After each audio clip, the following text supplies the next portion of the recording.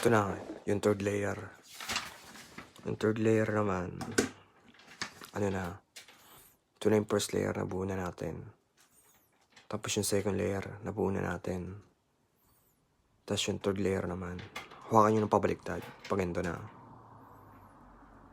Nasa baba yung, first and second layer. Tapos, yung third layer, explain ko na. Yung sa third layer, unang gagawin natin, gagawa tayo ng cross. Tapos ito yung algorithm na gagamitin natin para magawa tayo ng cross dito. Gagawa tayo ng cross dito na hindi masisira yung first and second layer. Ayun yung una natin, yung cross. Madali lang to, ito lang tatandaan natin para madali lang. Ito lang yung algorithm.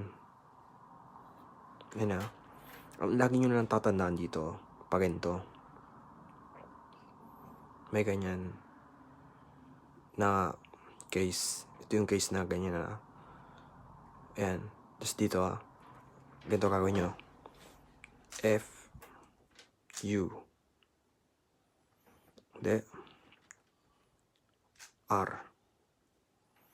U prime. R prime. F prime. So na ganun siya. Para magawa kayo ng cross.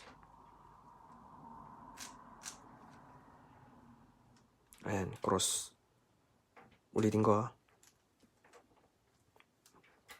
Ayan na.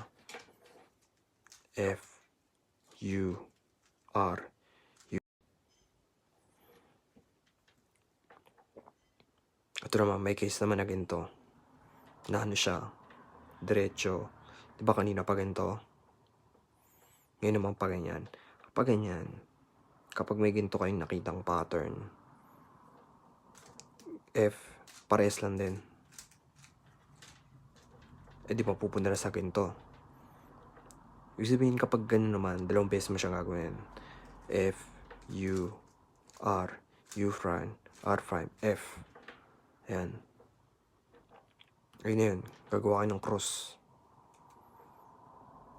Pag nagawa ka ng cross, okay na. Ulitin natin again F, U, R, U prime, R prime, F. Ito na yung pattern. Ulitin. F, U, R, U prime, R prime, F. And ulit. F, U, R, U prime, R, F. Ayun lang. Tapos na tayo dito sa cross. Ganito lang, maikli lang. Tandaan nyo lang F, U, R, U prime, R prime, F. Para makagawa tayo ng cross.